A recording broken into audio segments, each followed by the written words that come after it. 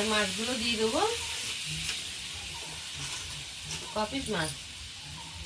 2, 4, 6, 7 piece মাছ আছে।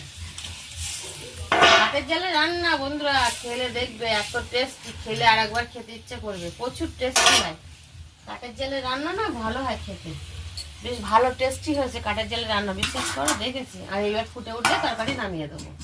কষ্ট হলেও কি আছে, খাওয়াটা তো বেশ ভালোই জমে, তাই না? চলো না, তরকারিটা পরে নামিয়ে নেবো, আবার খাওয়ার সময় দেখা হচ্ছে, ঠিক আছে? এখন আর দেখছি না, বেলা হয়ে গেছে, চান করতে হবে। চলো ব্যাস, তরকারিটা আমার হয়ে গেছে। পুরো সুন্দর করে কাঠের জালে তরকারিটা রান্না করে নিয়েছি। কালারটা দেখিয়ে দাও একটু ভালো করে। কাঠের জালে রান্না ভাই, খেলে তো আর একবার খেতে ইচ্ছে করবে। সবাই আসবে আমাদের বাড়ি, কাঠের জালে রান্না করে তোমাদেরকে খাওয়াবো। এই গরম জলটা বসাচ্ছি, আমরা সাবান মাখতে হবে। আর ছোট্ট হাঁড়িটা দেখো কত সুন্দর লাগছে, বুঝতে পেরেছো? হাঁড়িটা চুরি করে নিয়েছি।